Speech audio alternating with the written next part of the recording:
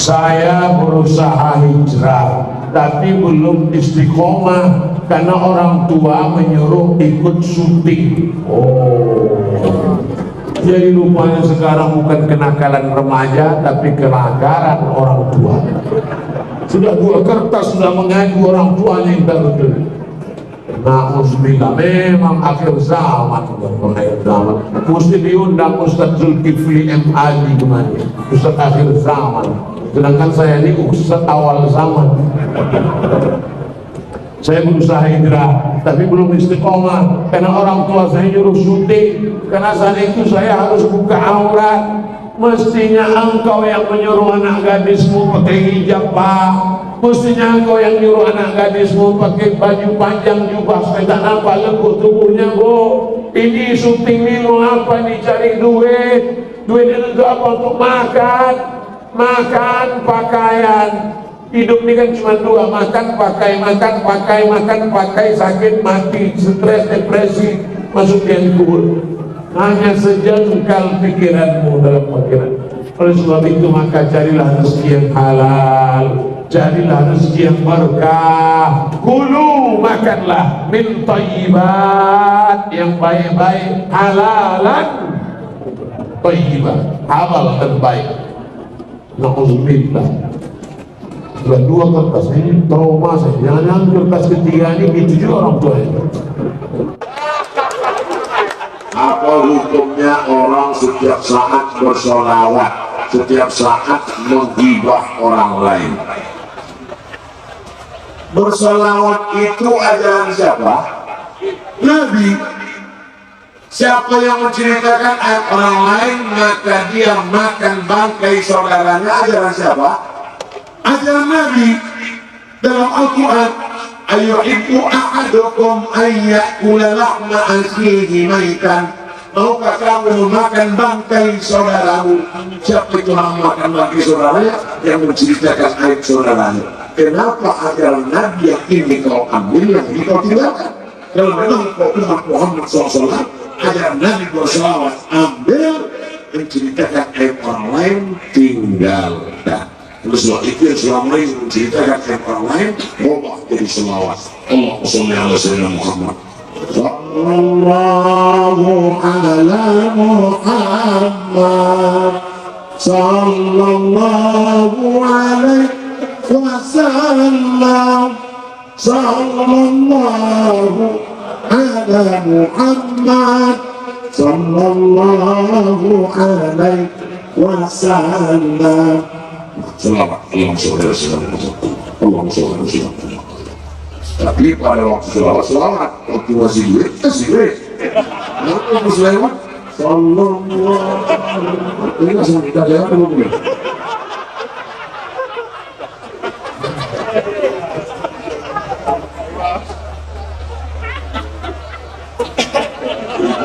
Itu kepala susulan.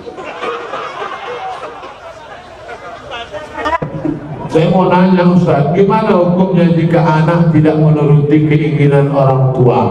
Anak mikir masalah akhirat, kedua orang tuanya dan orang tua mikirkannya dengan urusan dunia. Apa ini? Kita udah payah kali Pak. Gimana hukumnya jika anak tidak menuruti keinginan orang tua? Anak mikir masalah akhirat untuk kedua orang tuanya. Orang tuanya pula memikir urusan dunia. Memanglah dunia dia sudah terbalik-balik. Coba tengok, anaknya memikirkan akhirat untuk orang tuanya, orang tuanya pula memikirkan dunia. La ilaha illallah. Ini nasibnya sama dengan nasib Nabi Ibrahim alaihissalam. Nabi Ibrahim itu anaknya baik, bapaknya brengsek. Nabi Nuh bapaknya baik, anaknya brengsek. Oleh sebab itu maka kita ingin bapaknya baik, anaknya baik, insya Allah, amin. Oleh sebab itu maka wahai bapak-bapak, wahai ibu-ibu, anakmu yang sudah hijrah, yang sudah pengajian, selalu mikirkan akhirat, jangan nyogok. tapi dia pula menyuruh Soko, kau sudah selesai S1, sudah selesai S2, sudah selesai S3, pergi ikut PNS, ini ku kasih 100 juta untuk nyogok. Ayah, ini haram nih. Apa haram-haram? Nanti kalau kau tak makan gimana? Sengaja Allah jauhkan perut lambung ini di bawah, lambung sengaja dibuat di bawah, otak di atas, supaya jangan dalam pikiran kita tuh makan. Jadi kalau ada orang tua, kau tak usah pikir kerja, tak usah, yang penting nanti kau makan, jongkok aja gak apa-apa, nepotisme tak apa-apa, korupsi tak apa-apa. Ini otak bapak, ini otak udang. Di situ otaknya, di situ lambungnya. Coba tengok udang, coba buka kepala udang, kan dekat otak sama lambungnya kan. Kalau sebab itu maka manusia ini dijauhkan Allah dari lambung, supaya jangan hanya memikirkan perut dan perut saja. Bapak-bapak yang anaknya sudah hijrah, mestinya kalian support anak-anak, kalian support anak-anak, bukan malah menjerumuskan anak ke dalam perbuatan dosa dan maksiat. Mudah-mudahan bapaknya taubat, ibunya taubat, insyaallah. Amin. Ustaz, bagaimana hukumnya wanita haid masih berzikir dan melantunkan ayat Quran? Perempuan haid tidak boleh megang Quran, tidak boleh bawa Quran, tidak boleh baca Quran, tidak boleh masuk masjid, tidak boleh sholat, tidak boleh puasa, tidak boleh tawaf. Tidak boleh megang Quran, tidak boleh bawa Quran, tidak boleh baca Quran, tidak boleh puasa, tidak boleh dalam masjid, tidak boleh tawaf, tidak boleh sholat, tidak boleh puasa, tidak boleh iktikaf dalam masjid. Itu yang saya pakai. Kalau ada ustaz lain mengatakan boleh aja, kau akan dituntut di hadapan Allah. Saya pakai pendapat dalam kitab Al-Fiqhul Islami wa Adlatul Syekh Wahbah Zuhairi. Tapi kalau ayat itu ayatnya doa, boleh. Contoh, Subhanalladzi sakhkhara lana hadza wa ma kunna lahu muqrinin wa inna ila rabbina lamunqalibun. Itu ayat Quran, tapi saat dibaca berfungsi sebagai doa. Naik pesawat, naik kendaraan, boleh apa boleh? Boleh, berfungsi sebagai doa. Yang motor, Subhanallah, sakhkhara hadza wa ma kunna lahu muqrinin wa inna ila rabbina. Dalam keadaan boleh, ya masalah. Rabbana atina fid dunya hasanah. Itu ayat Quran. Fungsinya saat itu sebagai doa boleh. Yang kedua, zikir boleh. Subhanallah walhamdulillah. Banyak perempuan maaf sedang haid diganggu setan. Kenapa? Karena sedang haid itu pikirannya galau, susah, berdiri di depan pintu, tepi jendela, mulut menganga. Bukan cuma setan masuk, lah masuk.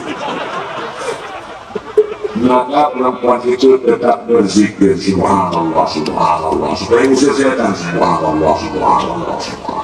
Kata kawannya yang ngobrol cerita dengan orang, gimana kawannya semuanya mau subhanallah.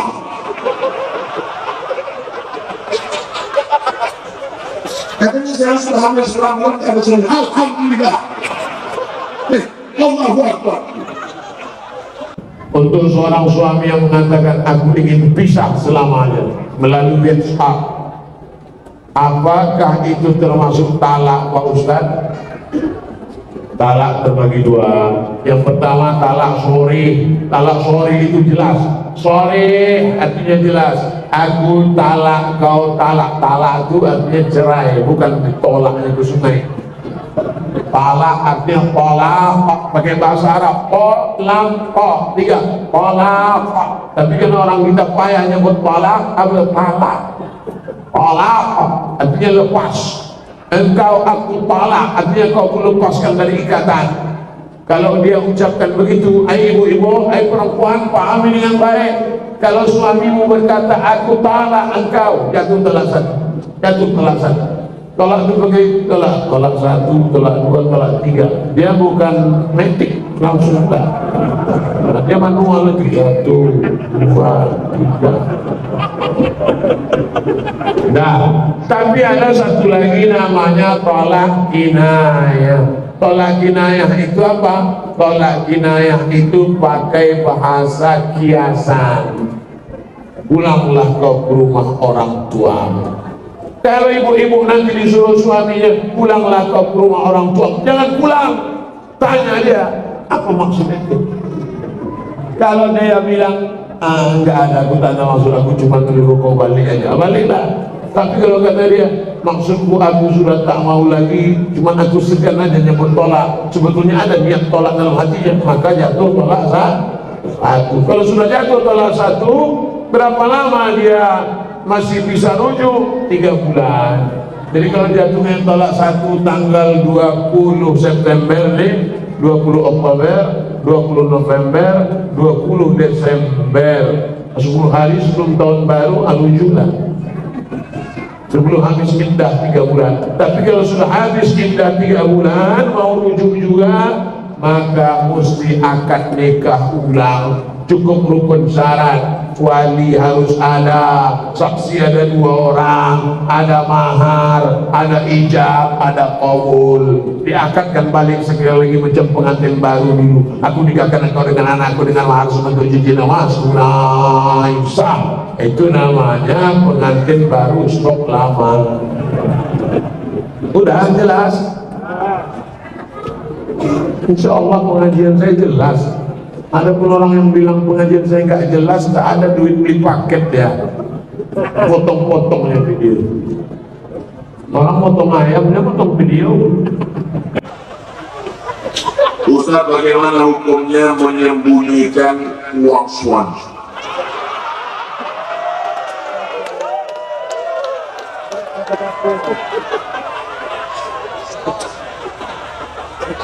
Mas, ini uang apa mas? Uang sial. Kalau uang sial, udah kesembunyikan, maka kabulkan.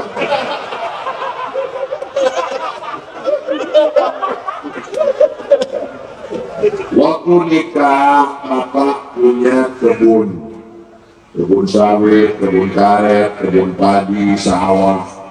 Ibu waktu nikah juga punya kebun. Hadiah dari orang tuanya, atau warisan, atau dibelinya, atau dengan DPRS, atau dia punya tabungan. Ibu juga punya uang, tabungan, punya kebun, punya sawit, punya rumah. Menikah, apa bedanya? Dalam harta bapak ada hak ibu, tapi dalam harta ibu tidak ada hak bapak. Itu benar. Bilang sekali, dalam harta bapak ada hak ibu, tapi dalam harta ibu tidak ada. Dalam harta bapak itu hak ibu namanya nafkah. Ibu punya hak dari bapak 5: makan, pakaian, tempat tinggal, pendidikan, perhatian. Sedangkan ibu kepada bapak wajib patuh dan taat selama bapak patuh dan taat kepada Allah dan Rasulullah SAW. Apakah setelah menikah lalu suami serta-merta, hai istriku, mari kemari, kebun mau punyaku, mobil mau punyaku, surgamu di bawah tapak kakiku? Ya. Tapi wa jannatuki wa naruki, suamimu itu bisa jadi surga, suamimu juga bisa jadi neraka. Kamu kebetulan mereka adalah suami yang rendah hati dan kawan. Ibu bisa masuk neraka gara-gara mereka, ibu juga bisa masuk surga gara-gara mereka. Nah, itulah makanya dikasih kayu supaya nggak pukul-pukul. Sekarang setelah jelas, tiba-tiba ibu sembunyikan uang mereka. Wah, kenapa itu bisa terjadi? Padahal mereka sudah kasih apa? Dikasihnya makan, dikasihnya pakaian, diberinya pendidikan, diberinya perhatian, diberinya tempat tinggal. Kok ambil juga? Maka itu istri yang zalim.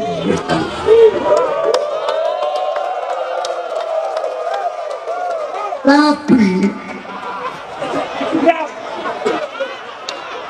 kalau mereka tidak memberi nafkah, makan tak dia kasih, pakaian tak dia beri, tempat tinggal tak dia sediakan, pendidikan tak pernah dia ajar, perhatian tidak ada, maka ibu punya 6 orang wali: ayah, kakek, abang, adik, abang ayah, adik ayah. 6 wali memanggil Fir'aun. Fir'aun, come here.